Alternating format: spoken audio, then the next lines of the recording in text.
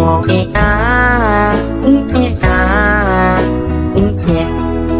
been a really, really messed up week. Some days told you, some days better. La la la, la la la. Nah, jadi Wak, ternyata ritual ini tuh ya sama kayak keramat dua. Kalian pasti pernah dengar ritual pati genih kayak keramat dua nih. Ritual pati genih ini adalah menguburkan manusia secara hidup-hidup, dimana prosesnya persis seperti menguburkan orang mati seperti biasa. Assalamualaikum warahmatullahi wabarakatuh. Terima kasih sudah klik video ini. Oke Wak, jadi di hari ini aku akan kembali lagi membawakan kisah horor Wak part 195. Pasti di antara kalian udah pada nungguin kan KHW ini tayang 2 kali seminggu ya kan? Ngapa nggak 2 kali seminggu kayak dulu Nadia 2 kali seminggu lah? Tahu aku kalian pengennya kayak gitu Wak. Ini aku mau coba ingatin lagi buat kalian yang mungkin ketinggalan informasi. Setelah KHW Nusantara kemarin tuh selesai Wak, segmen hari Minggu ini akan kami selingi dengan segmen-segmen yang lain, macam segmen kriminal, segmen biografi atau sejarah ya kan? Kita punya 2 segmen ini loh. Hey, halo, gantian juga lah Wak sama yang lain biar nggak ngebul otak kalian tuh asik dapat asupan horor terus. Yang penting kan KHW tetap dapat 2 hari Minggu dalam sekali. KHW tetap tayang 2 minggu sekali. 2 hari Minggu sekali gitu maksudnya. 2 hari Minggu sekali ya, bukan 2 minggu sekali, 2 hari Minggu sekali. Nah, jadi misal hari Minggu ini KHW, hari Minggu depan kriminal, hari Minggu depannya KHW lagi, hari Minggu depannya baru biografi lagi gitu ya. Kayak gitu aja seterusnya Wak. Kayak kemarin nih kita udah bahas soal histori Sum Kuning kan. Nah, sekarang kita lanjut apa lagi di minggu ini? KHW gitu ya. Kasihlah kami juga bernapas dikit nyari KHW itu. Udah lah ya. Udah ya gitu ya. Berarti KHW dapat di 2 hari Minggu dalam sekali. 2 hari Minggu dalam sekali. KHW hari Minggu itu akan tayang 2 minggu sekali ya, gitu ya. Oke, jadi udahlah kita masuk aja ke KHW malam ini ya. Jadi Wak, KHW malam ini akan menceritakan pengalaman horor yang dialami sama Wawak kita ketika dia dan juga keluarganya lagi mudik lebaran di kampung halamannya. Dan dari berlibur lebaran inilah Wak, dia dan keluarganya tiba-tiba mengalami rangkaian kejadian aneh sampai akhirnya mereka mengetahui sebuah rahasia besar terkait masa lalu sang bude. Ya, gimana kisah selengkapnya? Jadi tanpa berlama-lama kita langsung masuk aja ke apanya ya. Check it out.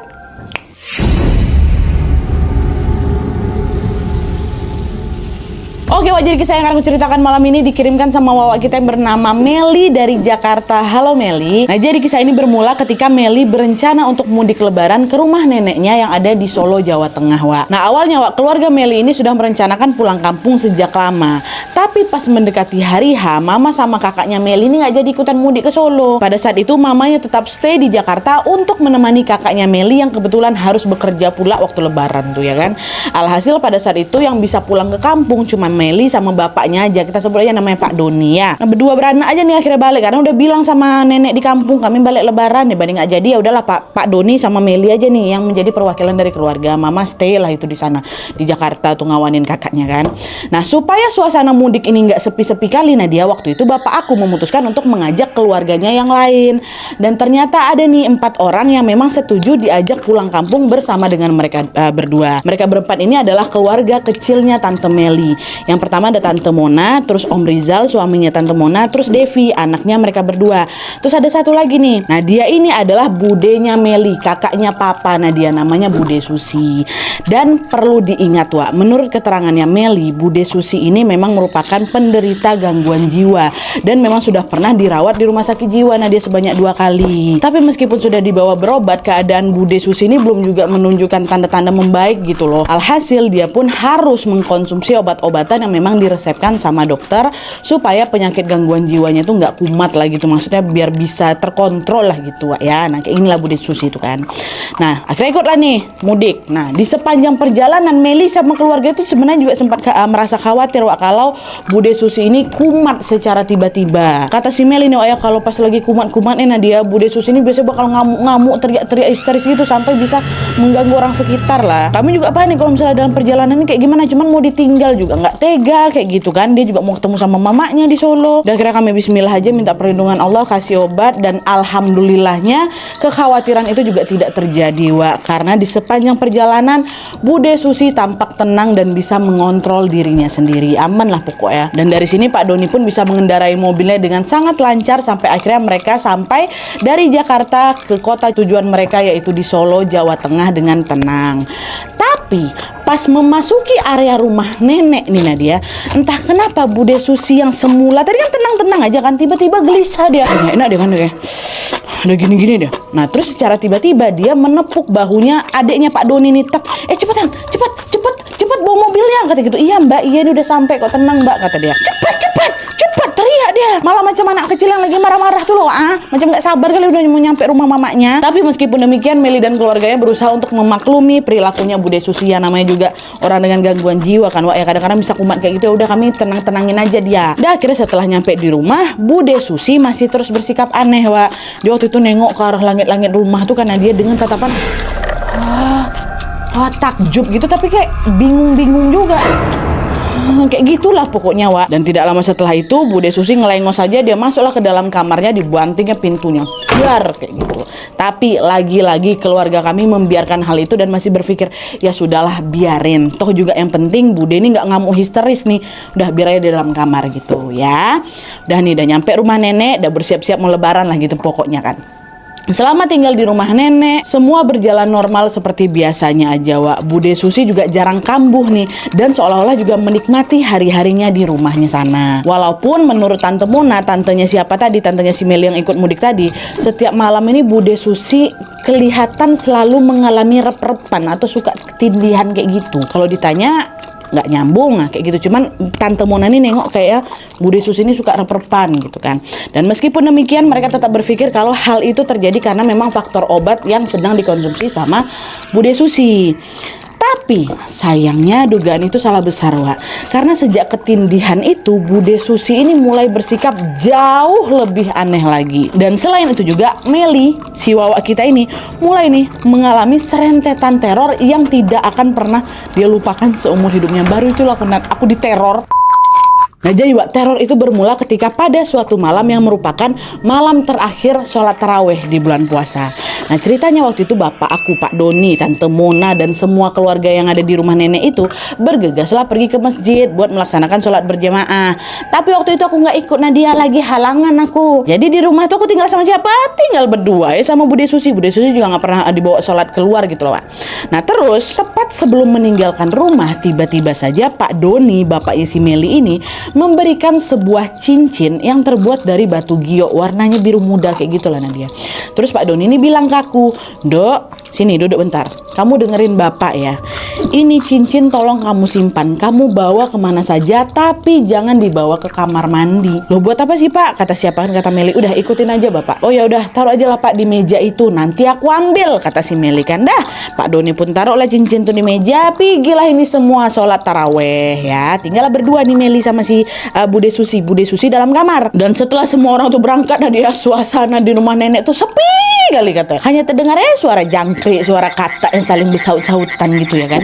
Dan selain sepi juga, Meli ini tiba-tiba merasa hawa malam hari itu nggak nyaman, nggak enak aku di rumah nenek.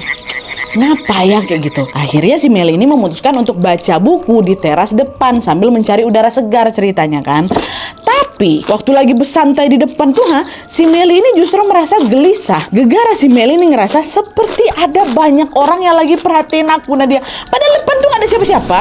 Apa ya, kok gak makin gak tenang aku di depannya? Gak nengokin aku Nah udahlah, itu perasaan aku aja tuh kata. Di tepi salah pikiran buruknya, dia lanjut lagi baca buku. Terus beberapa saat kemudian Meli kebelet pipis, Wak.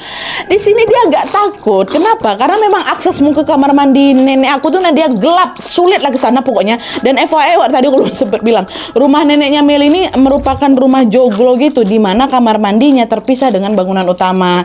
Dan selain itu kamar mandi ini juga terletak di bagian belakang rumah tuh loh. Bukan di belakang aja, juga agak ke bawah. Jadi harus naik tangga dulu, tangga-tangga kayu gitu. Makanya kalau misalnya mau ke kamar mandi, Meli ini harus menuruni beberapa anak tangga terlebih dahulu, jalan lagi ke belakang, baru nyampe kamar mandi. Cuman lagi kan gegara kebelet, Meli pun berusaha untuk menepis rasa takutnya dan tetap pergi ke kamar mandi belakang tuh. Nah, dia nyampe, tutup pintu, kunci. Pas lagi jongkok nih Nat ya, tiba-tiba si Meli dengar ada suara orang kayak suara tuh dari atas. Entah kenapa pula adekku longokkanlah kepala aku ke atas genteng tuh.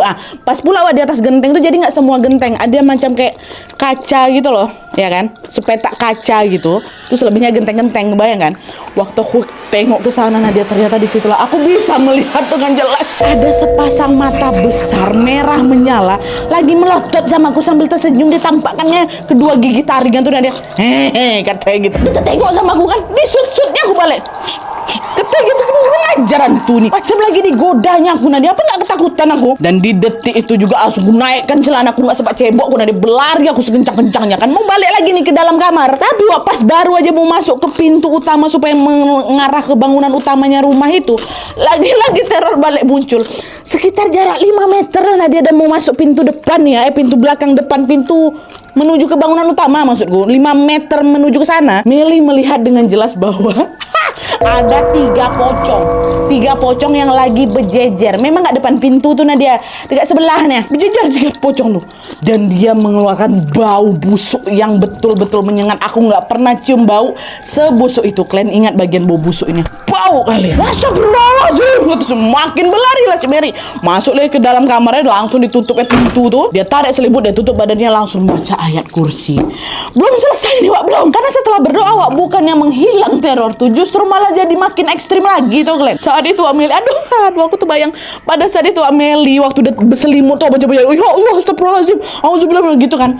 Waktu dia lagi menggigil dalam selimut itu, tiba-tiba Meli kembali lagi mendengar suara gagang pintu kamar itu tak cetak kayak gitu. Seolah ada orang yang ingin masuk ke dalam kamar, Wak. Terus dalam ingatan Meli, Wak, Meli ini semacam mendengar ada orang bilang buka kayak gitu. Aku nggak tahu itu betulan apa nggak, tapi itu yang ku dengar, Nat. Dan yang lebih mencekapnya lagi, Wak, secara tiba-tiba Meli mendengar suara Bude Susi. Bude Susinya berteriak, ampun, aku nggak mau ikut, ampun, kata Bude Susi. Bude waktu itu ngomong berulang-ulang, aku mau ngecek, takut aku. Kaget aku memang, itu Bude kenapa? Apa dia jangan-jangan diganggu sama sosok yang aku tengok tadi, diganggu pocong tadi? Dia enggak penasaran juga aku, tapi aku nggak mau keluar dari kamar tuh. Nah, dia takut aku nampak 3 pocong tuh lagi macam mana. Pun di saat dia di dalam selimut tuh, ternyata si Meli ini masih cium bau busuk yang baru dia cium tadi tuh. Ada macam ngikut dari dalam tuh. Nah, di tengah kepanikan itu Meli langsung ambil handphonenya nih, langsung mau diteleponnya bapaknya kan. Waktu ku telepon nggak ada sinyal tiba-tiba. Nah, dia bayangkan nggak ada sinyal. Akhirnya Meli pun tetap memutuskan berada di dalam selimut sambil menunggu situasi mereda, ya kan. Adalah selang 15 menit kemudian tuh, nah dia tiba-tiba aku udah nggak cium lagi nih bau busuk tadi tuh. Dia udah nggak denger lagi suara Bude, suara cetak-cetak gagang pintu udah nggak ada lagi, dah hening kan. Dan karena merasa situasi sudah aman, Meli pun memberanikan diri lah buat ngintip nih keluar lewat lubang pintu kamar tuh. Aman nggak di luar nih? Tengok sikit dari sekecil sekecil kunci itu lubang kunci di luar, tampaknya udah normal aja, sama sekali nggak ada keanehan apa-apa nih. Kayaknya aman lah nih aku keluar nih. Nah, akhirnya di situ Meli pun memutuskan untuk keluar kamar buat mengecek keadaan Budenya. Cekrak, terus buka. Pas sudah keluar kamar, ternyata terornya belum selesai, Wak. Karena tepat pada saat kan si Meli ini buka pintu kan masih ada rasa takut gitu kan, Wak. Jadi agak ngelengok lagi, nengok kiri nengok kanan. Waktu dia nengok ke atas ke langit-langit rumah tuh, Meli melihat, bayangkan sama kalian ya, Meli melihat ada sebuah tangan berbulu hitam. Nah, dia besar kali ini tangan aja nih, tangan bulu hitam, kukunya panjang dan kukunya itu menyentuh ke lantai, Nat. Nyentuh ke lantai. Dan ini cuman tangannya aja, Wak, yang nggak ada wujudnya. Jadi macam mana aku bayang, macam ada ini, bayangkan lah ini tembok sosok tuh lagi kayak gini ya. Ini Meli sekecil ini ya. Ini kukunya nyampe sampai ini. Sampai lantai. Terus seolah-olah ada lagi satu tangan di atas atap nih Nadia. Seolah-olah ya, karena si Meli itu dengar ada suara krek, macam orang lagi nggaruk genteng. Apa nggak langsung balik badan aku masuk lagi, aku dalam selimut baca doa aku lagi. Udah aku tunggu di dalam ini aja lah, semoga Bude Susi bebe aja gitu. Baca doa. Nggak lama kemudian Meli pun mendengar suara pintu utama terbuka. Set.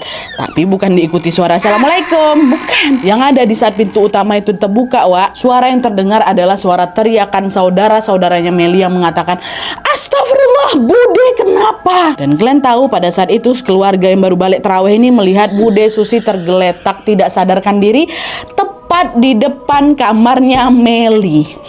Aduh merinding aku. Bukan di dalam dalam kamarnya Bude, Wak, depan kamar Meli. Pak Doni juga panik lah kan, dia langsung buka pintu kamarnya Meli. Dia tengok anaknya nih.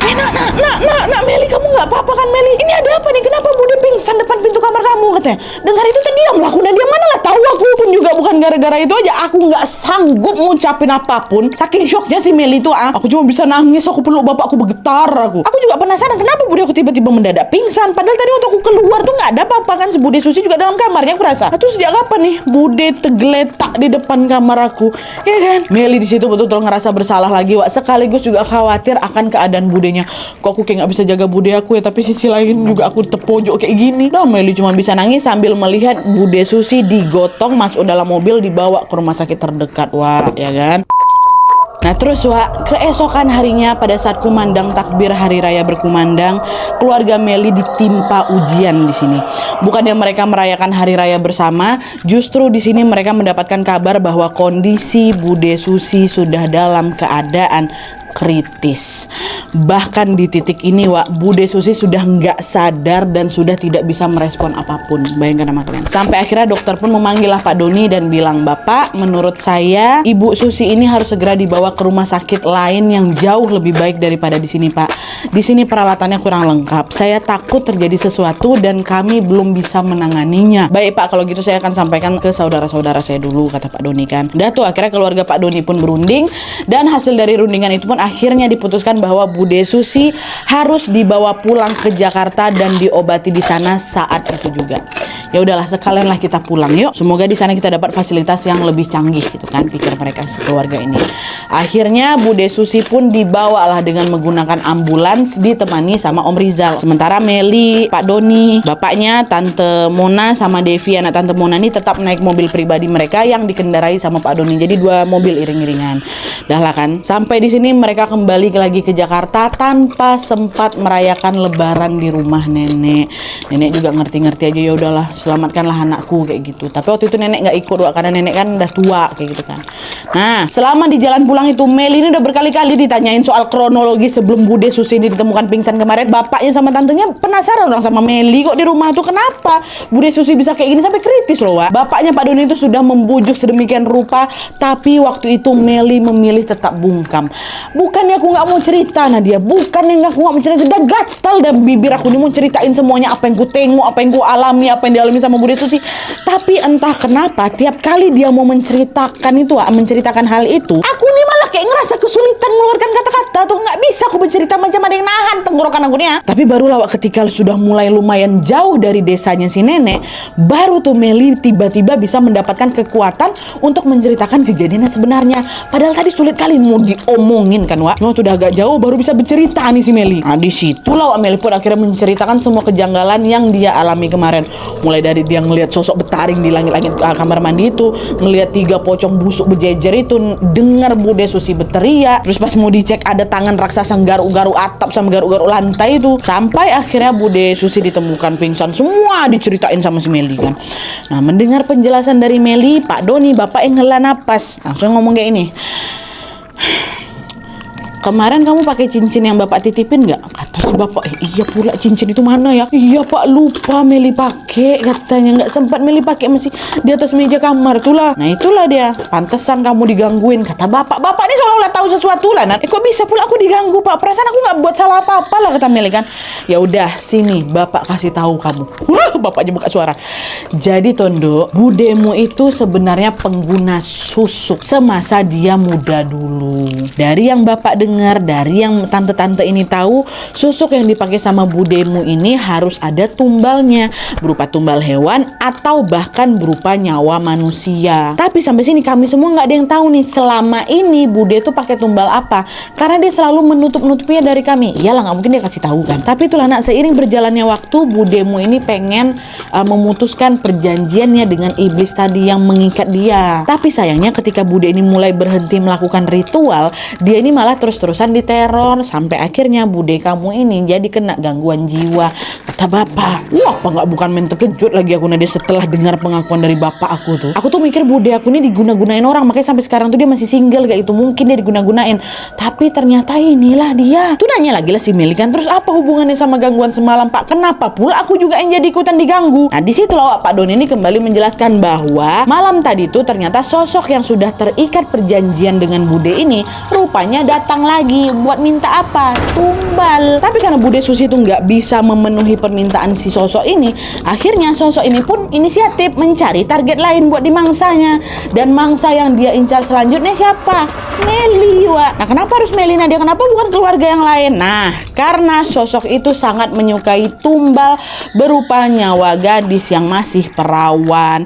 Itulah kenapa Meli ini yang dijadikan target, Wak. Karena malam itu cuma aku aja yang masih perawan di rumah tuh Nadia. Nah tuh kenapa nggak jadi diambil nyawanya si Meli waktu itu Nah kalau kata bapaknya karena waktu itu Meli udah dikasih cincin giok tadi itu Nadia sama Ewa, makanya sosok tadi itu justru terpental dan tidak bisa mendapatkan Meli. Terus karena gagal menumbalkan si Meli, sosok itu pun akhirnya mengambil jiwanya bude sebagai gantinya. Jiwanya ya, bukan nyawanya. Dan selain itu Meli ini juga baru tahu bahwa ternyata di malam itu sebelum pulang ke Jakarta, bapak nih Pak Doni ini sempat datangin tetua adat di sana yang memang lumayan terkenal lah di desanya nenek. Waktu itu Pak Doni bilang ke si tetua ini kan, Pak saya minta tolong lah Pak, Bapak tolonglah selamatkan nyawa kakak saya ini. Entah kenapa saya yakin penyakit dia ini bukan penyakit biasa Pak, kata Pak Doni kan. Nah dengar hal itu tetua ini nggak langsung jawab, Wak. Dia terdiam tuh cukup lama kan, sambil akhirnya dia bilang, Pak Doni saya nggak bisa bantu karena jiwa Susi sudah tertahan di alam lain. Kalau memang kamu ingin saudaramu ini selamat, dia harus melakukan ritual patih genih. Patih genih itu ritual apaan? Nah jadi Wak, ternyata ritual ini tuh sama kayak keramat dua. Kalian pasti pernah dengar ritual patih genih kayak keramat dua nih. Ritual patih genih ini adalah menguburkan manusia secara hidup-hidup, dimana prosesnya persis seperti menguburkan orang mati seperti biasa. Tapi ada juga nih yang dikubur setengah badan aja, tergantung situasi kondisi lah Wak. Pokoknya yang jelas ritual ini dilakukan dengan tujuan agar orang yang jiwanya diambil oleh iblis dikembalikan lagi ke dalam raganya. Jadi macam proses pindah alam gitu lah Wak. Setelah tahu tentang ritual pati geni, Pak Doni nggak mau lah, langsung ditolaknya usulan itu karena Pak Doni pun nggak mau ambil resiko. Oh mungkin lah aku mau nguburin kakak aku hidup-hidup, kalau nanti dia kenapa-napa gimana gitu kan. Dan akhirnya itu lah Wak, Pak Doni pun jadi nggak jadi minta bantuan tetua adat tadi dan memilih untuk membawanya ke Jakarta.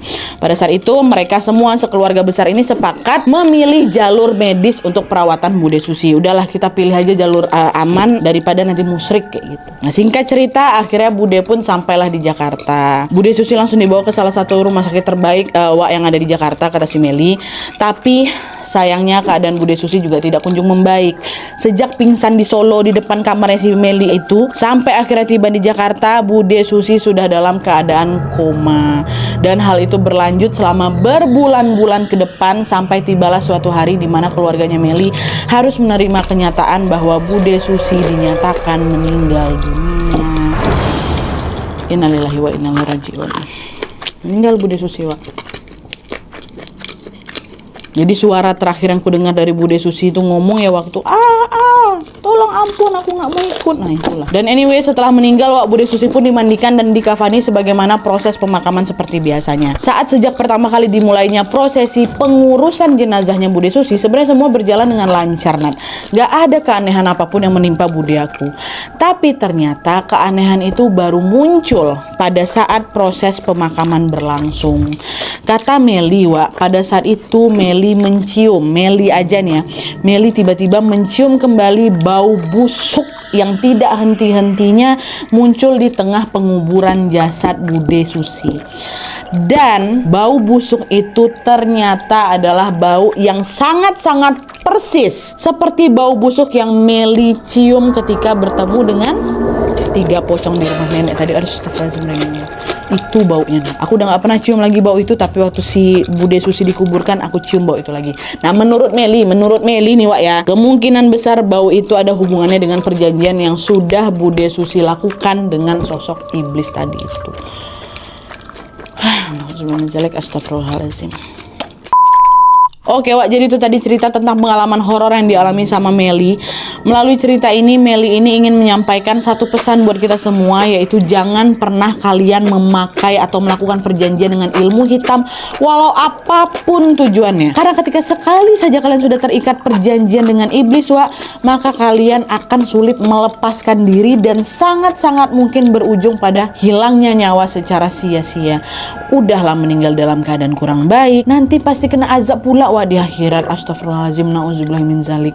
Jangan ya, syirik itu namanya. Semoga kita semua senantiasa dijauhkan dari hal-hal buruk, dan semoga arwah Bude Susi dimaafkan oleh Allah Subhanahu wa taala dan diberikan tempat yang terbaik di sisinya. Amin ya rabbal alamin. Oke Wak, jadi sekian dulu videonya. Terima kasih banyak yang sudah menonton. Kalau kalian suka video ini, klik like-nya. Jangan lupa komen di bawah untuk ide dan saran-saran untuk video selanjutnya. Jangan lupa nyalain notifikasi ya, supaya kalian tahu kalau aku upload video baru. And jangan lupa untuk klik tombol subscribe supaya kalian sama-sama tahu informasi menarik dan menegangkan dari channel aku. See you next video Wak, bye.